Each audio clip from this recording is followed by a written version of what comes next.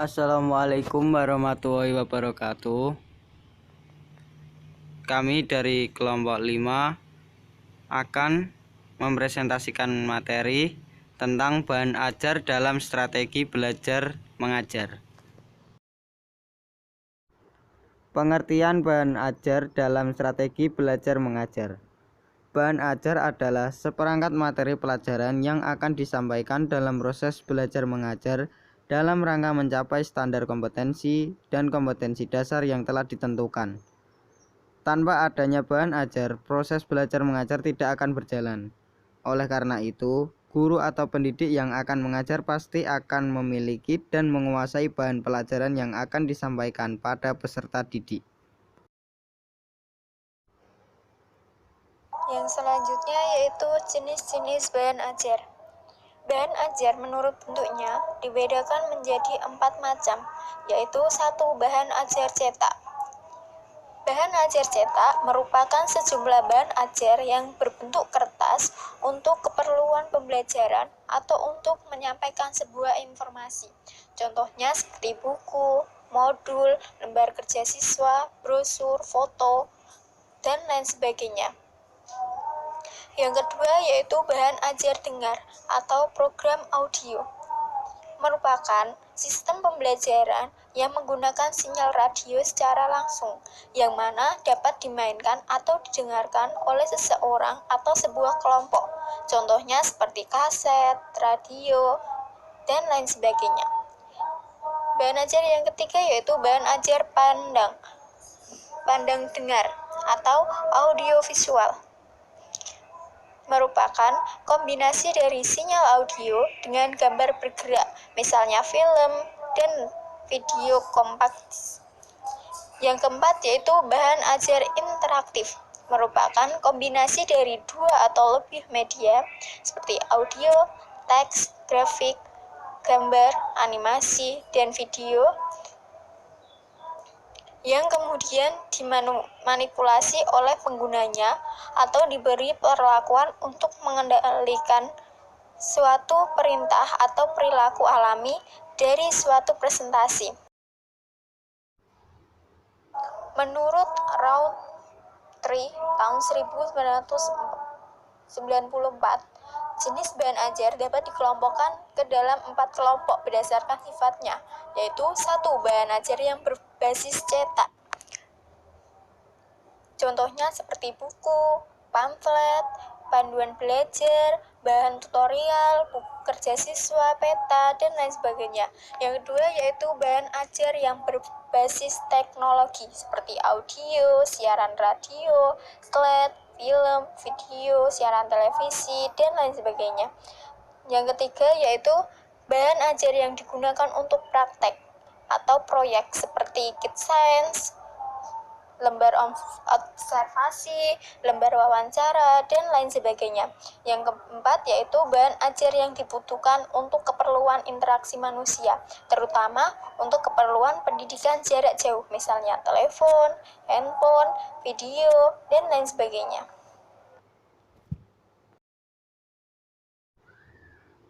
Yang selanjutnya yaitu menurut Haynes dan kawan-kawan tahun 1996 yang mengelompokkan jenis bahan ajar berdasarkan cara kerjanya dalam 5 kelompok besar, yaitu 1. Bahan ajar yang tidak diproyeksikan,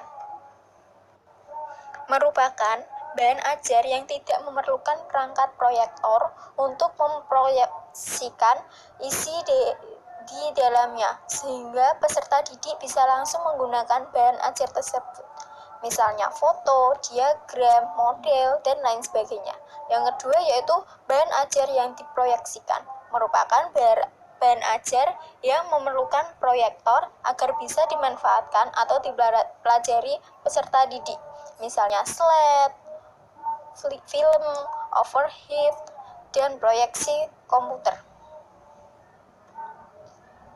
Yang ketiga yaitu bahan ajar audio, merupakan bahan ajar yang merupakan sinyal audio yang direkam dalam suatu media. Untuk menggunakannya, kita memerlukan alat main atau player. Media rekam tersebut seperti tipe kompo, CD player, VCD player, multimedia, dan lain sebagainya. Yang keempat yaitu bahan ajar video, merupakan bahan ajar yang memerlukan alat pemutaran yang biasanya berbentuk video tape player, VCD player, DVD player, dan lain sebagainya. Yang terakhir, yang kelima yaitu bahan ajar komputer, merupakan bahan ajar non-cetak yang membutuhkan komputer, contohnya komputer mediated instruction atau CMI dan komputer based multimedia atau hypermedia.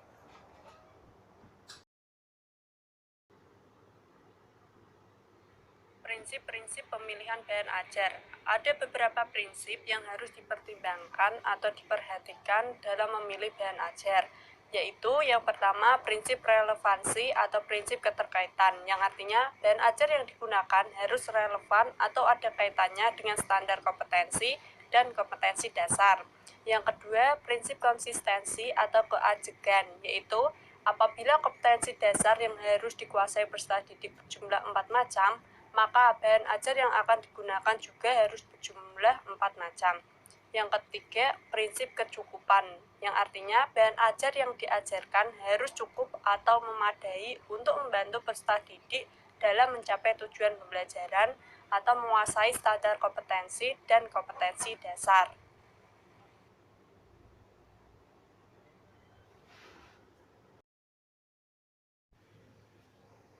Langkah-langkah pemilihan bahan ajar. Tahap-tahap pemilihan bahan ajar yaitu yang pertama, penentuan aspek-aspek perilaku yang terdapat dalam standar kompetensi dan kompetensi inti. Pemilihan bahan ajar diawali dengan penentuan aspek-aspek perilaku yang terdapat dalam standar kompetensi dan kompetensi dasar. Aspek-aspek tersebut perlu ditentukan karena setiap aspek perilaku memiliki jenis bahan ajar yang berbeda.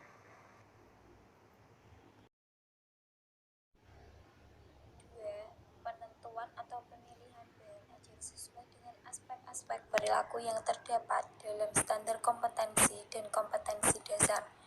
Penentuan atau pemilihan bahan ajar harus yang sesuai dengan aspek-aspek perilaku yang terdapat pada kedua tujuan pembelajaran tersebut.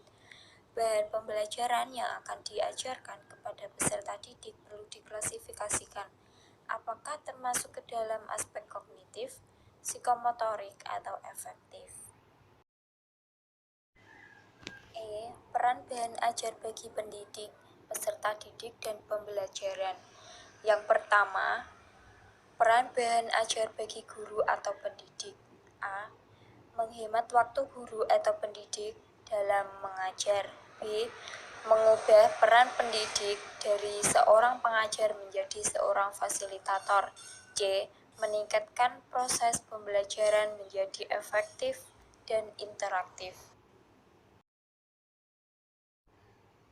2.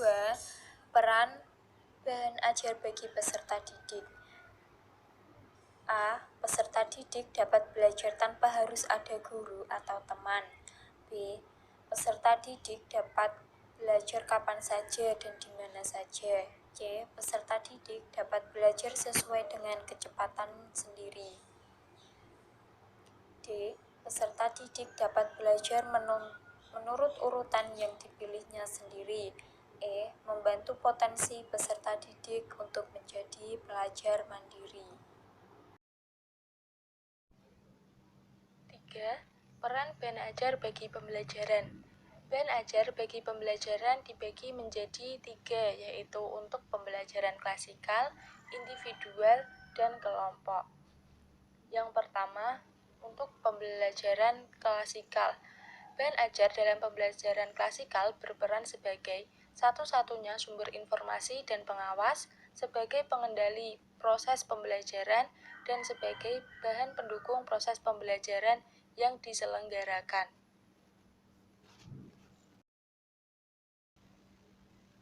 Selanjutnya, peran bahan ajar dalam pembelajaran individual. Bahan ajar dalam pembelajaran individual berperan sebagai media utama dalam proses pembelajaran, sebagai penunjang media pembelajaran individual lainnya, serta sebagai alat untuk menyusun dan mengawasi proses peserta didik dalam memperoleh informasi. 3. Peran bahan ajar dalam pembelajaran kelompok. Bahan ajar dalam pembelajaran kelompok berperan sebagai bahan ajar yang terintegrasi dengan proses belajar kelompok dengan cara memberikan informasi tentang peran orang-orang yang terlibat dalam belajar kelompok, latar belakang materi, serta petunjuk tentang proses pembelajaran kelompoknya sendiri. Simpulan. Bahan ajar merupakan seperangkat materi yang disusun secara sistematis baik tertulis maupun tidak tertulis, sehingga tercipta lingkungan atau suasana yang memungkinkan peserta didik untuk belajar. Bahan ajar terbagi menjadi bahan ajar cetak, dengar visual, pandang audio atau audiovisual, dan bahan ajar interaktif. Dalam pemilihan bahan ajar harus memerhatikan 3 prinsip, yaitu prinsip relevansi, prinsip konsistensi, dan prinsip kecukupan.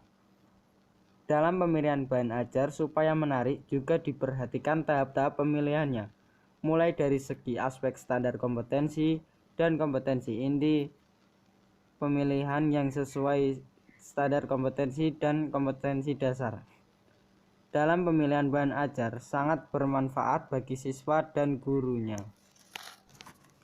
Terima kasih. Sekian presentasi dari kelompok kami. Bila terdapat kesalahan kami mohon maaf. Wassalamualaikum warahmatullahi wabarakatuh.